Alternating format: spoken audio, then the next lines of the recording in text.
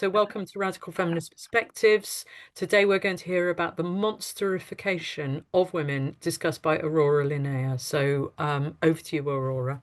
Wonderful.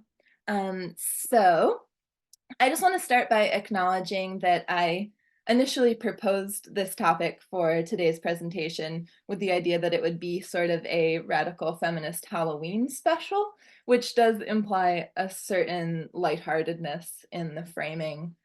But the monsterification of women, or the representation of women as monstrous, wicked, and demonic, a danger to men and to man-made civilization, is a staple of patriarchal mythology that bears with it quite severe consequences for real-life women. The lore of female monstrosity is not only a reflection of an outlet for misogynist horror and hatred, it is actually intentional, not an accidental exposure of surplus terror, but something which actively informs, inflames, and intensifies the misogyny from which it arises, while conveniently justifying men's violent subjugation of women. Females are vile, savage creatures against whom males have every right to defend themselves. That's the moral of the story. As mankind's natural enemy, the woman monster must be vanquished, and he who vanquishes her is elevated to hero status.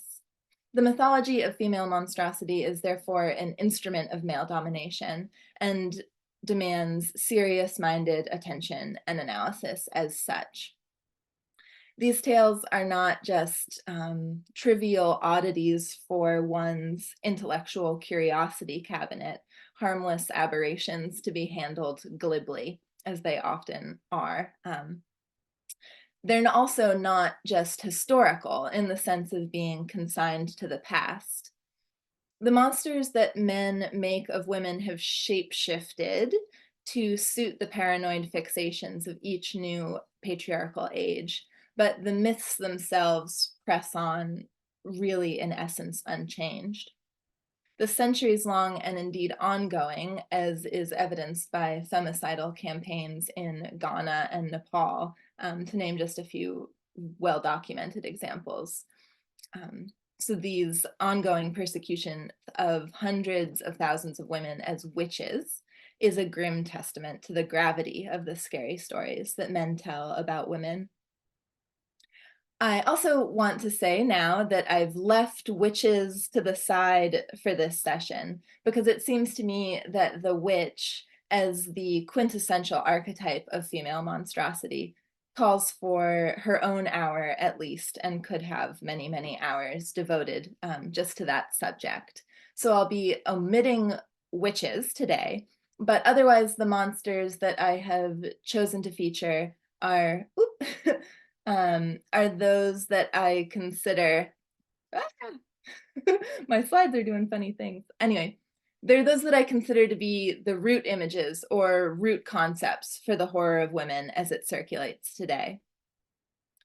With those disclaimers out of the way, I am still very much approaching this presentation as a Halloween special, and I do hope that it will be considerably more fun than any number of other things I might talk about these days. It's fun for me in any case, because horror is my native terrain and the realm of cultural production in which I really first began to understand the extremity of men's abhorrence for women. Oh, there's my cat. I would have had to have been near comatose not to, because the anxieties and the compulsions that addle the patriarchal mind are nowhere more garishly displayed than they are in horror, where they're really splattered wall to wall with a lack of subtlety and self-awareness that's so stunning it veers into the absurd. Books that deal with men's terror of women are therefore often quite funny, and I will try to capture some of that. But I also aim to attend carefully to the ways that men's myths of monstrous womanhood have been invented and wielded with, unfortunately, considerable success to advance male dominion. So if I could have my first slide, please.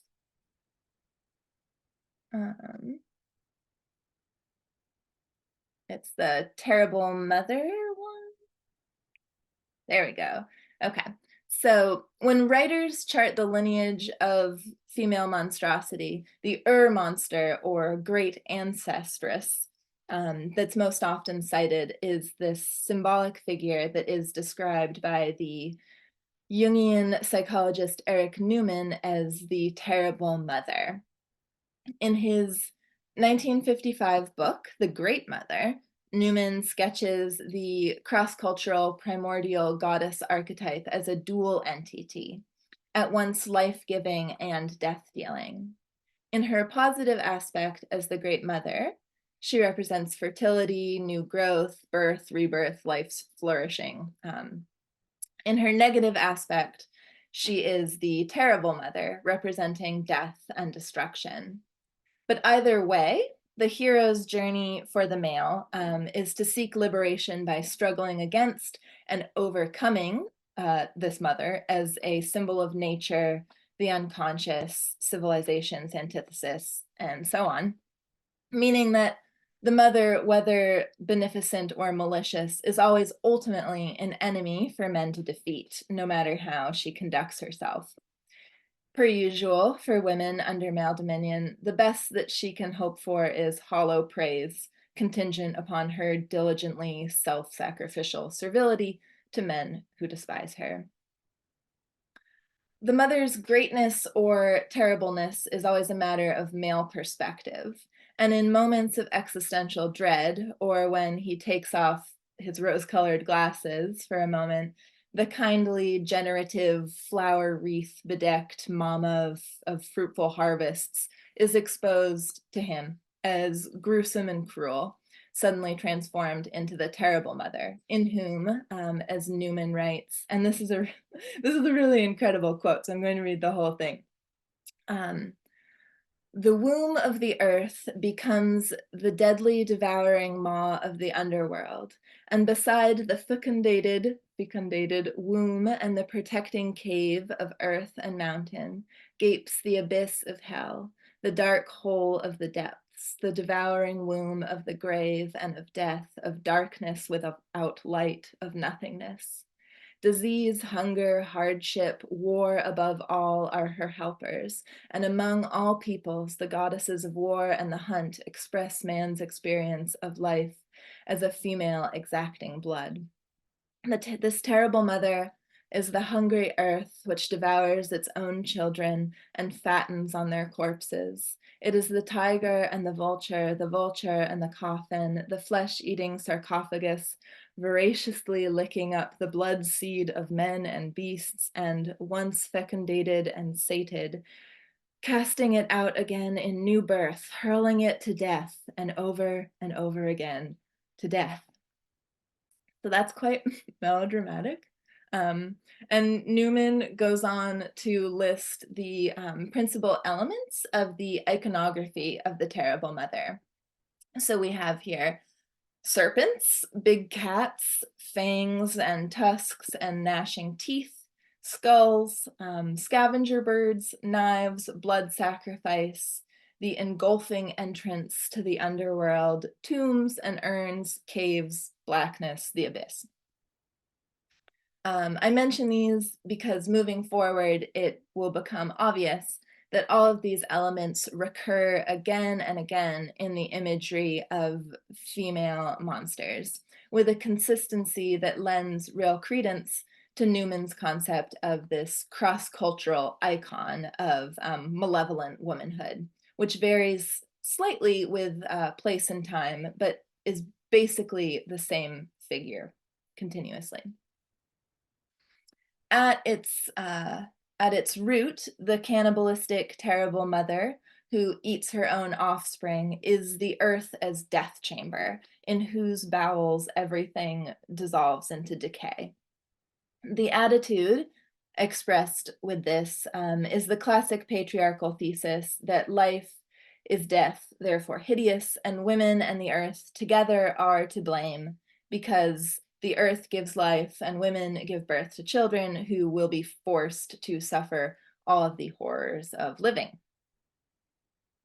According to Newman, the terrible mother is also explicitly sexual.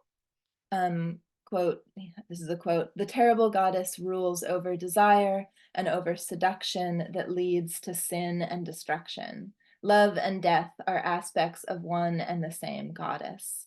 In Egypt as in Greece, in Mesopotamia as in Mexico, the goddesses of love, the hunt, and death are grouped together." End quote. Insatiable in appetite, the female consumes the male both sexually and as prey to devour. Both of her orifices are the underworld's maws through which she draws him swallowed into the earth's dark depths. Woman is the death of him, of man.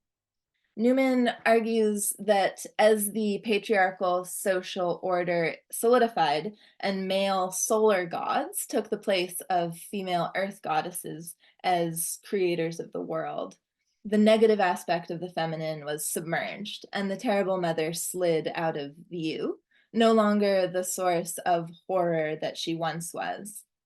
And there are two ways to interpret the retreat of the terrible mother. The first is that as women's subjugation under male rule became more total, men's fear of the archetypal female lessened. So with women both symbolically in the religious mythos and materially in social reality overpowered, men's focus shifted from away from representations of women as they feared they might be, and toward representations of women as they were forcing them to be, slotted into properly subordinate roles as wives, helpmates, and sexual idols.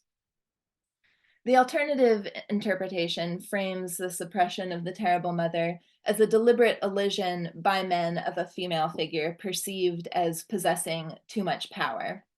So for a woman to hold the kind of sway over life and death that the terrible mother was said to possess is too threatening to male rule, even to contemplate. So the terrible mother is written out.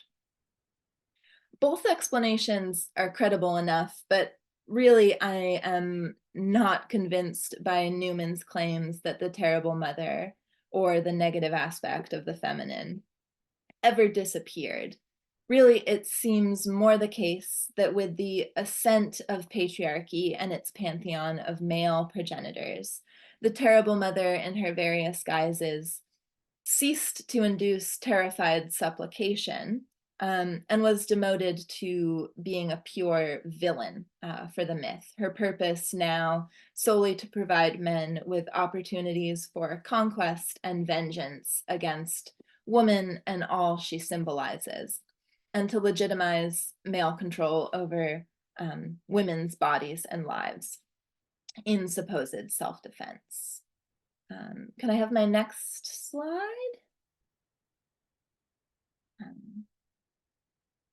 The variation, another variation on the theme of terrible mother as killer creatrix earth womb is the waterier, but no less devouring womb of the ocean, embodied by a profusion of female sea monsters that men have placed to swim in patriarchy's wide oceans. The paradigmatic example here is Tiamat, the Sumero-Babylonian goddess of the primeval sea and mother of the first gods. She is figured as the deep that exists prior to the creation of the world. She's the ocean itself, though later, in later elaborations of the story, she is represented most typically as a sea serpent or dragon of chaos. The treatment of Tiamat within the patriarchal creation myth in which she features gives a clear indication of the ascendant male elite's intentions toward women and towards mothers specifically. Symbolizing the chaotic forces of nature, Tiamat is a threat to the social order that's instituted by her divine sons, the gods. If the order is to be preserved, she has to be destroyed. And so her grandson, the king god Marduk, is the one who plays hero and slays her. And in the process, with her corpse as raw material, he creates the world. This is the Babylonian creation myth that's outlined in the Enuma Elish, in which we read, after murdering Tiamat, Marduk the Lord, quote, stood upon Tiamat's hinder parts, and with his merciless club he smashed her skull. He cut through the channels of her blood, and he made the north wind bear it away into secret places. His fathers beheld, and they rejoiced and were glad. Presents and gifts they brought unto him. Then the Lord rested, gazing upon her dead body, while he divided the flesh of the monster and devised a cunning plan. He split her up like a flat fish into two halves. And once Marduk bisects his grandmother, one half of her body becomes the heavens and the other the earth, her flesh the fertile land over which men will reign. Her tears become the rivers Tigris and Euphrates, and her tail the Milky Way. By all accounts, this is a charming story of the mother-son dynamic, right? And so I have a picture here that is not of Tiamat, but is a Gustave Doré etching of a biblical illustration. And this is the killing of the Leviathan, which is another dragon of chaos, not as explicitly female coded, but still very much of that ilk in Christian tradition. And then Jane Caputi, in her essay Jaws as Patriarchal Myth, makes the case for reading the 1975 horror film Jaws about a great white shark that terrorizes beachgoers as a ritual retelling of the essential patriarchal myth of male vanquishment of the female, symbolized as sea monster, to quote Caputi, with the Tiamat story being its primary template. So Caputi writes that the sea is regularly personified as female in mythic traditions, and cites a well-established cultural association between women and fish, whales, sea serpents, and sharks. The name of another female monster that I'll hopefully get to later, the Lamia, even translates to shark, though this creature herself isn't usually ocean dwelling. Relevant here, of course, as well, is the classically vulgar bit of misogynist slander and body hatred that reviles women's genitals as smelling like fish. Caputi also notes that apart from the young woman killed in the opening scene of Jaws, all of the shark's victims are male, and a number of them are young boy children. So this, she argues, bespeaks a male fear of infanticide in anxious identification with potentially aborted fetuses, and that this is really the core of the film's horror. So Caputi writes, the action takes place mainly in the ocean, the primal womb and source of life, but this is a uterus full of blood, gore, and death. There are scenes of dismembered limbs and legs falling off into the deep.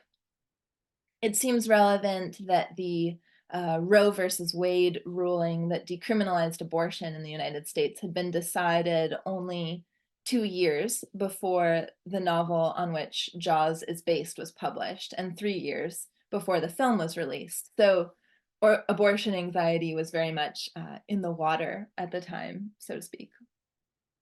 Caputi adds that the myth of the monstrous mother, in whose dank chasms the poor helpless fetus is imprisoned, is invoked by men to urge on and then to sanction the male takeover of childbirth, with doctor saviors entering the scene to deliver, meaning to save or to set free, the infant from the maternal body. the sun-coated baby's liberation from his hazardous mother is the patriarchal happy ending, one of many we will have to cope with this morning, as is the ending of Jaws, because though the sea womb shark monster's victims are male, so too are her vanquishers, who Caputi views as boy heroes made men by their slaying of the primordial female, as per the mythic model. Of course, Tiamat is only the earliest of many female sea monsters put in place for men to overcome. Greek mythology is full of them, including my own personal favorite, Scylla. Can I have my next slide? Maybe? So Scylla is envisioned, it's actually, there's one between those two, I think. Is it missing one? Oh, okay. Oh yeah, no, there. Nope, there, I've got it. Sorry, thank you. I didn't see it. I've got my windows up in different ways. So Scylla is envisaged as a more or less grotesquely malformed young woman who lurks in a cavernous lair on the rocky coast of the Strait of Messina, where she spends her days crashing ships to eat their sailors. The incredible thing about Scylla is that she's usually described as having dogs attached to her at the waist. Ovid describes her transformation into a monster in this version of the myth, one of many, as a punishment inflicted by the sea witch Circe, who is jealous of the god Glaucus's love for the unfortunate girl. And so in Ovid, we read, round her loins she saw foul, monstrous, barking beasts. At first, not dreaming they were part of her, she fled and thrust in fear the bullying brutes away. But what she feared and fled, she fetched along, and looking for her thighs, her legs, her feet, found gaping jaws instead, like Hades' vile hound, Cerberus. Poised on a pack of beasts, no legs, below her midriff dogs ringed in a raging row. Scylla's neighbor on the other side of the Strait of Messina is another female sea monster, Charybdis, a mysteriously but consistently female personified whirlpool whose name means the sucker down, and who, like Scylla, makes a habit of devouring seafaring males. It's thought that before being converted into a monster, Charybdis may have been a goddess of the tides. Homer, in the Odyssey, writes that, quote, she sucks the dark water down. 3 times a day she belches it forth. 3 times in hideous fashion she swallows it down again. Pray not to be caught there when she swallows down. Poseidon himself could not save you from destruction then. As a final entry in the sea monster category, we have the sirens, also featured in Homer's Odyssey. And these malevolent female beings are graced with enchanting voices that they use to lure men into the sea to drown them. In some tellings, they are beautiful women hanging about on rocks. Elsewhere, they're more mermaid-like with fishtails, and elsewhere still, they're depicted as birds with the heads or upper bodies of women, recalling the less alluring but equally dangerous harpies. Seductive but maleficent female water spirits are a regular feature of patriarchal folklore. A Slavic counterpart to the sirens is the rusalka, a female spirit that dwells in lakes and rivers and is sometimes imagined as the ghost of a girl who died badly and becomes an unclean spirit dangerous to mankind. And so this other image I have here is a late 19th century Russian painting of the rusalka, all here gathered at the water's edge looking sort of miserable. According to the lore, with her voice or her beauty, the rusalka lures young men into the water, where she tangles them up in her long hair and summarily drowns them. So next, could I have my next slide?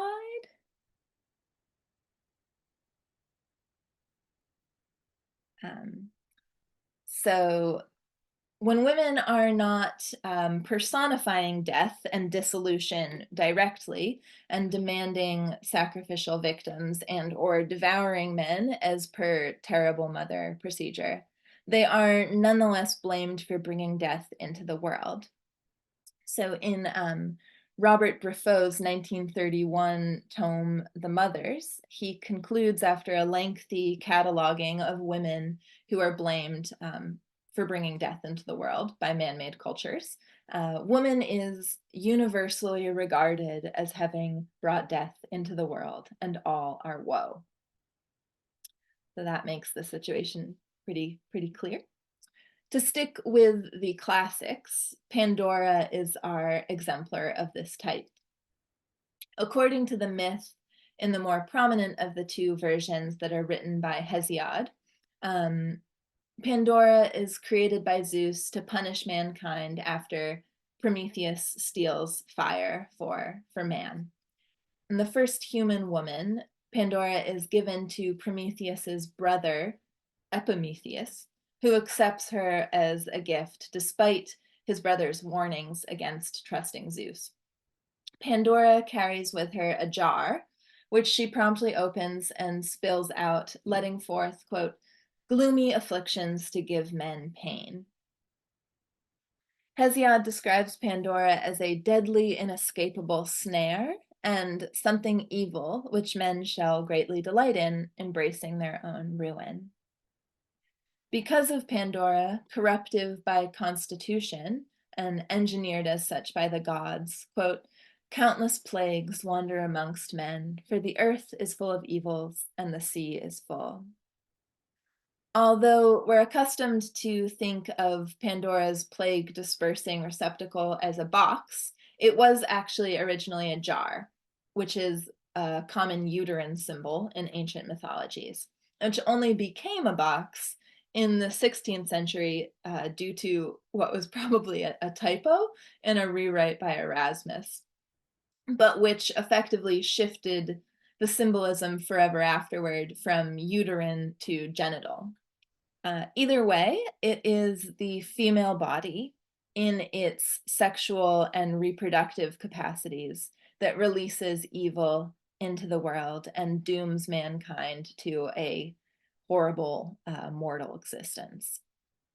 An obvious parallel to the Pandora story is the story of Eve, original sin, and the fall. I don't think I need to rehash this story, so I'll just be brief. But when Eve disobeys God by eating the apple and tempts Adam to do the same, which is an act equally weighted with sexual subtext as is Pandora's spilling out of her jar, she condemns humanity to death because before the fall, humans were made immortal. Mortality is woman's curse on mankind. And this woman-death association is affirmed in many different traditions in the form of chthonic death goddesses, such as Hecate, or Hecate, variously described in the Greek magical papyri as the three-headed goddess, lady of night, who feeds on filth, O virgin, thou key-holding, grim-eyed, dreadful child, girt with fiery serpents, as well as the goddess of night, beast slayer, quiet and frightful, having your meal amid the graves. The Norse goddess Hel is Hecate's northern mirror, residing in the underworld with her canine companion Garm, who barks and bites at the dead. Hel's siblings are the giant ocean serpent Jormungandr and Fenris, who is the wolf that ends the world at Ragnarok, the twilight of the fathers. Neither of these animals are very well liked by the leading men of the Norse pantheon. And then there's Hathor, the Egyptian goddess of the sky, who is most regularly depicted as a highly maternal and benevolent cow, but at the same time, she was a funerary deity said to welcome the dead into the underworld. Less welcoming by far is Kalma, Finnish mythology's goddess of death and destruction, whose name means the stench of corpses. And then there's the Hindu goddess Kali as another spectacular example of the type. And I have her pictured in sort of standard mode on my slide. And she is called the skull-bedecked mistress of the boneyard, and customarily illustrated bare-breasted and adorned with garlands of severed heads and limbs. To quote the Mahanirvana Tantra, as Kali devours all existence, as she chews all things existing with her fierce teeth, therefore a mass of blood is imagined to be her apparel. If I could have my next slide. All right, so though Christian mythology sets up Eve as the fall girl for man's degraded mortal condition, Eve herself is not really a monster. Sinful, doomed, very terrible, yes. Monstrous, no. The same, however, cannot be said of Adam's first wife, as she appears in Hebrew tellings. This first wife, fated to be replaced by Eve, was the very difficult and non-obliging Lilith. And so I have her pictured here as depicted by another 19th century painter, John Collier. She is naked and wrapped in a snake. And there are, as there always are with these old stories, many, many different versions, but the most illuminating for our current purposes holds that God originally created Adam and his bride, Lilith, of the same earth, which gave Lilith the funny idea that she was Adam's equal, and Adam didn't approve or appreciate this theory. So when he demands her subservience, Lilith refuses and flies off to the Red Sea, where she couples with demons and goes on to spawn 100 demon children every day. In another version, her disobedience is more specifically described. She refuses to lay beneath Adam during sex, curses him when he tries to force her, and then goes off to the Red Sea to consort with demons. And when Adam petitions God with complaints about how Lilith has abandoned him, God sends a trio of angels to fetch her back for Adam. But disobedient as ever, Lilith defies the angels and declines to return to Adam. Her punishment for this disobedience is that her demon children are cursed to die in great numbers every day. To avenge herself, Lilith then begins to kill human children, and particularly baby boys, men's precious sons and heirs. So this image of the demon woman who endangers, kills, and or eats babies would later become the principal horror trope of medieval and Renaissance era witch craze accusations.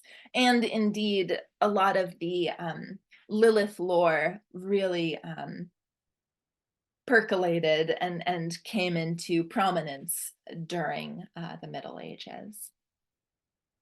So the character of Lilith is raveled together with, and may indeed be derived from, the story of a class of Sumerian Akkadian demons of the night, which were called the Lilitu. Characterized as winged women, sometimes with bird feet, and associated with owls and tempestuous winds. The Lilitu brought with them all manner of disease and blight, and were a particular menace to pregnant women and infants, as well as to men, upon whom they preyed as succubi, coercing sleeping men into sexual intercourse in order to drain them of their vital fluids until they faded away and sadly expired. Out of the intermingling of Jewish and Babylonian lore were born the Lilim, Lilith's daughters, who are described by Barbara Walker in the Women's Encyclopedia of Myths and Secrets as, quote, lustful she-demons given to copulating with men in their dreams. For Christians, these were the harlots of hell, in equal danger to sexually mature men and male infants. Walker writes about monks who would sleep with their hands folded, firmly clutching a crucifix over their loins to ward off the Lilith, while wary parents sought to protect their sons by tracing chalk circles inscribed with the names of angels around the infants' cradles. The Lilith are also closely linked with man and baby killing female monsters from the Greek tradition, most significantly the lamia, or as the single, that's the name for the single creature, or the lamiae if we're dealing with them in hordes. So in the earliest rendition of the legend, Lamia was a Libyan queen with whom Zeus had an affair and who bore him children. When Zeus's constantly jealous wife, Hera, killed all of the couple's children, Lamia went mad with grief and commenced roaming about, seizing and devouring other women's babies, enraged that they would have children when hers were all dead. As an individual monster, Lamia develops into the model for the lamiae as a species of monstrous female, traditionally depicted as shape-shifting half-serpent vampires who seduced men to feed off of them, siphoning either blood or semen or eating them outright in certain instances. The lamiae appear alongside Hecate as members of her night-prowling entourage. And then the romantic poet John Keats, for whom, like so many of his romantic brethren, female monstrosity was favored subject matter. Keats presents the lamia in her snakiest form in his 1820 poem dedicated to this figure. Quote, "Her head was a serpent, but ah, bittersweet. She had a woman's mouth with all its pearls complete." It's kind of a puerile poem, really. And so the other image I have here is an illustration from a mid-19th century book of Keats's poems, and from this poem particularly. And my preferred description of these entities, though, comes from a 16th century text by one Ludwig Lavater entitled "Of Ghosts and Spirits Walking by Night." So we read, "Lamiae were thought by ancient writers to be women who had the horrid power of removing their eyes, or also a kind of demon or ghost. They would appear under the guise of a lovely courtesan or ghost who by their enticing wiles would draw some plumped, rosy-cheeked young man into their embraces and then devour him whole." If I could have my next slide. So the snake is a symbol with a long, complex, slippery, and often contradictory lineage, one that I make no claims of fully grasping, and one that even if I did fully have a full handle on it, it would be way too complicated to parse out now. But let it suffice to acknowledge that, first, the association between women and snakes is ancient and well established in many, many different cultural symbolic systems. And two, that association once held quite positive connotations related to wisdom and the cyclicity of life, rebirth, and continuity. But with the rise and consolidation of male power, its meaning is recast in decidedly negative terms, such that snakes become a primary fixture in the iconography of female evil. The lamiae, as we've just discussed, were half serpent and predaceous, as was the Greek monster Echidna, described by Wolfgang Lederer in The Fear of Women as, quote, "half a snake dwelling in the depths of the earth and eating raw meat," who, as usual with such creatures, would kill any man unlucky enough to get close. Christian myth has the serpent coaxing Eve to eat the apple. And today the serpent is conceptualized as the devil and coded male. But in the past, it was not uncommon for this creature to be represented as distinctly female, with a woman's head and sometimes even with breasts. It's in this form that the serpent appears, for example, in Milton's Paradise Lost. Bram Dijkstra, in his book, Idols of Perversity, Fantasies of Feminine Evil in Fin de Siècle Culture, spends the better part of a chapter reviewing the countless 19th century literary and artistic depictions of snake woman malignity, including Franz Stuck's disarmingly on-the-nose painting Sensuality, 1890, which was done in 1897, and which is pictured here. It's the this this woman in shadows wrapped in a truly enormous python type snake. And I have to really appreciate these kinds of paintings for how they take absolutely all of the guesswork out of analysis. But our reigning viperous female, at least in the Western canon, is the Medusa, the most famous of the three Gorgon sisters of Greek myth. And I have a picture of her here as depicted by Caravaggio. But there are many, many, many really illuminating paintings of this figure. So according to Barbara Walker, Medusa first appears as a Libyan serpent goddess. Walker writes as well that, quote, a female face surrounded by serpent hair was an ancient, widely recognized symbol of divine female wisdom. The reverential view fades away, however, and is replaced by revulsion, with Medusa and her sisters portrayed as winged and snake-haired, loathed by mankind, to quote the Greek playwright Aeschylus. Oh, I'm so terrible at pronouncing that name, sorry.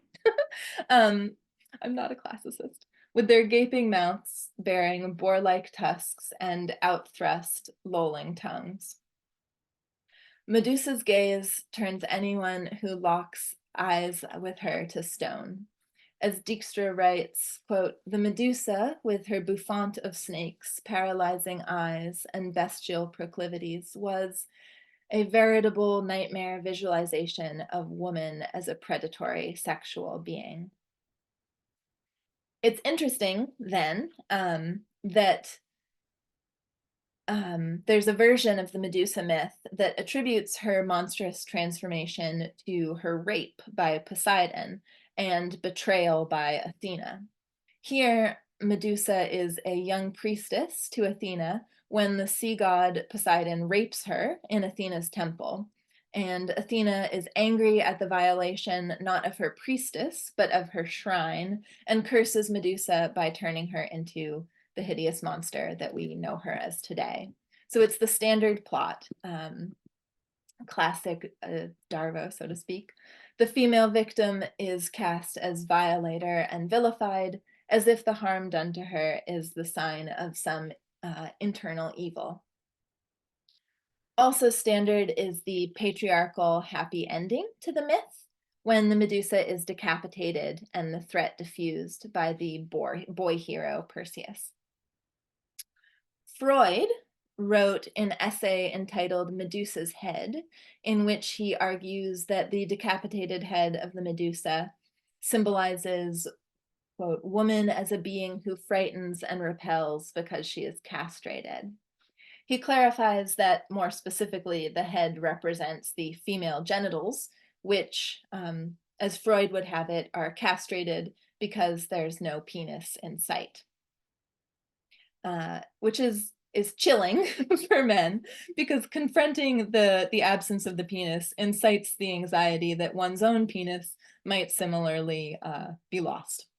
Preempting the apparently sensible objection that all of the snakes on Medusa's head are a touch phallic for a representation of castratedness, Freud explains that the snakes amount to a mitigation of the horror, consolingly replacing the penis, the absence of which induces such terror in the male onlooker. Paradoxically, it is the phallic excess of the Medusa's head that makes it so clearly symbolic of the female genitals. If it weren't so horribly castrated, men as myth makers wouldn't have felt compelled to stick so many penises onto it. And when the Medusa turns men to stone, there we have another mitigation of the horror, because turning to stone can be seen as a metaphor for having an erection. And to have an erection is to have the steadfastness of one's penis reaffirmed. This kind of thinking is, in my experience, entirely typical of Freud. But Barbara Creed, the author of The Monstrous Feminine Film Feminism Psychoanalysis, isn't buying Freud's theory about the Medusa and her head, which Creed dismisses as wishful thinking on Freud's part. Freud wants to believe that the head is a symbol for the castrated female genitals, because the female being castrated, being perceived as castrated, as well as perceiving herself as castrated, is integral to his analysis of sexual relations and the social order. For Freud, it is necessary that women be and know themselves to be aberrant, mutilated, and lacking. And men must be able to look down on women as such, to feel, quote, the triumphant contempt that Freud says arises from recognizing women's castrated state. Once the horror is overcome, then you can feel triumphant contempt. That's Freud again for you. So Creed accepts that the Medusa's head may symbolize castration for the male, but not because the woman is castrated. She sees the terror of the image as being more direct. Creed writes, quote, "The Medusa's entire visage is alive with images of toothed vaginas, poised and ready to strike." If the monster symbolizes the female genitals, then it is in their castrating and not their castrated mode, as an overstated case of vagina dentata. If I could have my next slide. So vaginal teeth, or vagina dentata, are a cross-cultural constant in the anatomy of female monstrosity. Once again, the image is so self-evident that it really calls for scarce analysis. Clearly, it reflects men's dread of the female body and of female sexuality, and clearly it represents the yoking together of sex and death that obsesses man-made culture. Men have long found the comparatively benign toothless vagina to be a ghastly sight, frightening even to other spooks. So Pliny wrote that ghosts could be, quote, laid by a woman exposing herself. And in Egyptian lore, it was held that women could drive evil spirits from the harvest fields by lifting their skirts. There are even stories of like the devil himself being scared off by the exposed vagina, vulva. So, but the teeth make the whole situation infinitely worse. As Barbara Walker writes, quote, "The vagina dentata is a trap, a black hole which threatens to swallow men up and cut them into pieces. It is the mouth of hell, a terrifying symbol of woman as the devil's gateway." And so the picture I have here is a hellmouth image from a medieval Book of Hours. And yes, the the imagery is pretty clear. And basically, the horror of the vagina dentata can be summed up as follows. To have sex with a woman is a dangerous undertaking, because women are duplicitous and hide snares inside their bodies. And women are also insatiably ravenous, devouring men as prey. Every time that a man dares to expose his penis to the hazard of intercourse, he risks losing the organ in the fray. Woman will consume his manhood, and unmanned, he's as good as dead.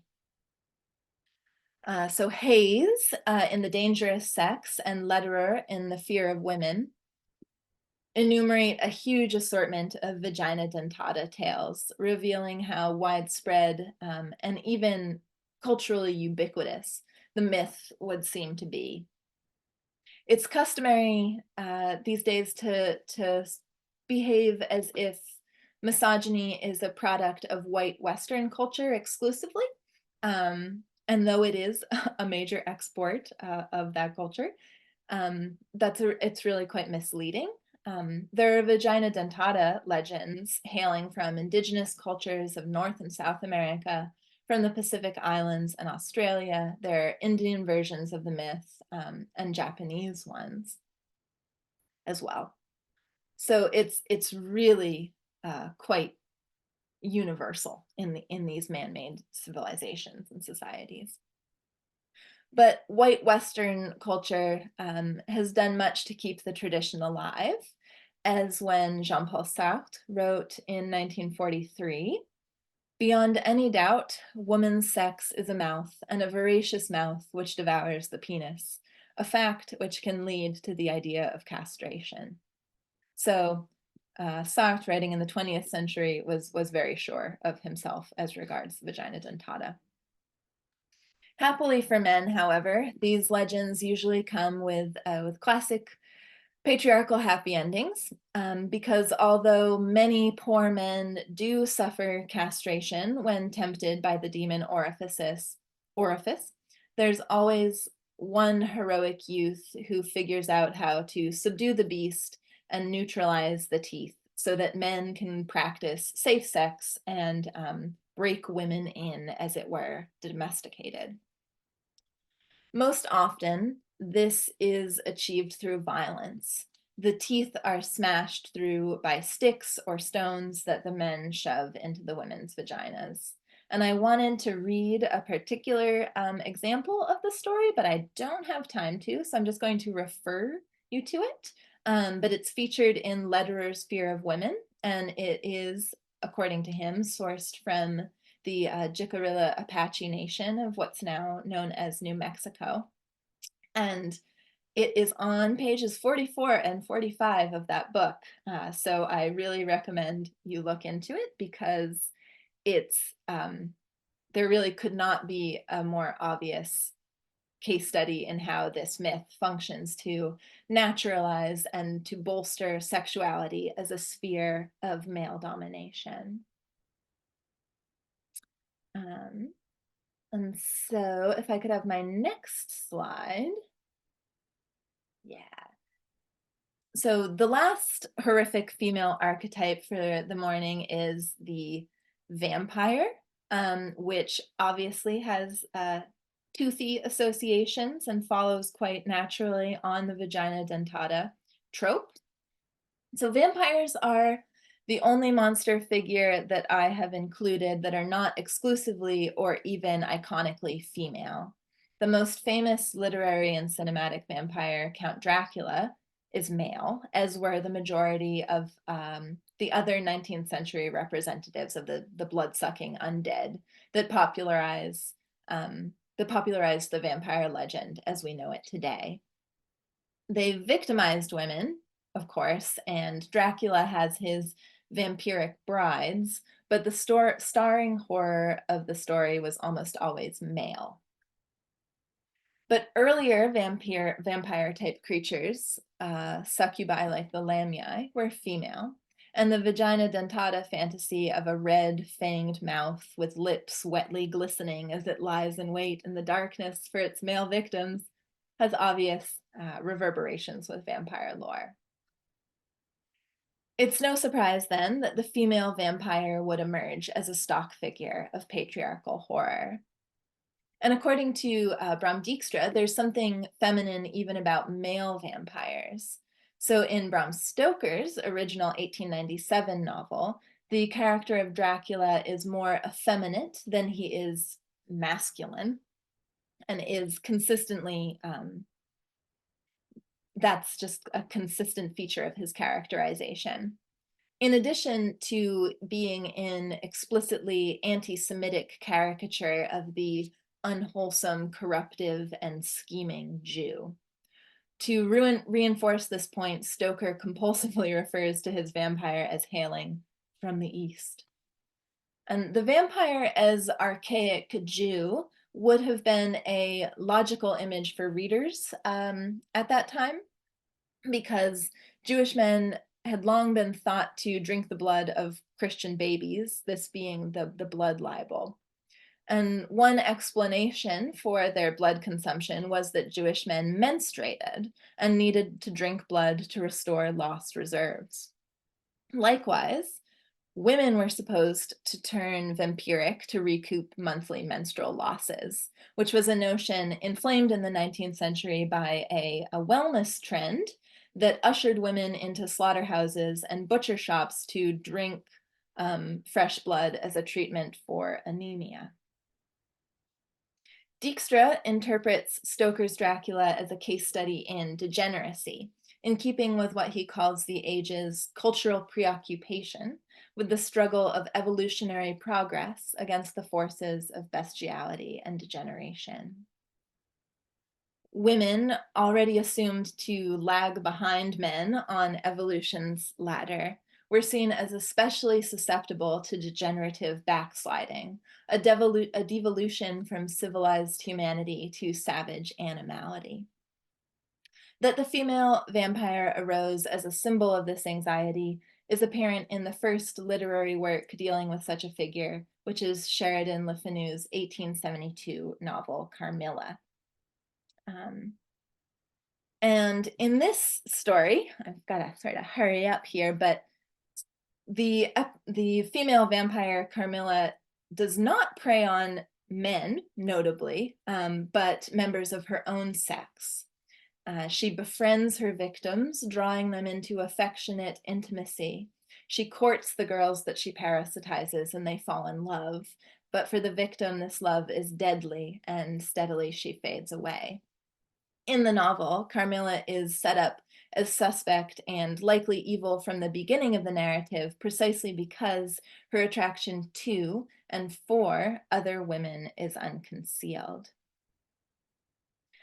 So during the horror film boom of the 1970s, a rash of lesbian vampire films loosely based on the Carmilla narrative were produced.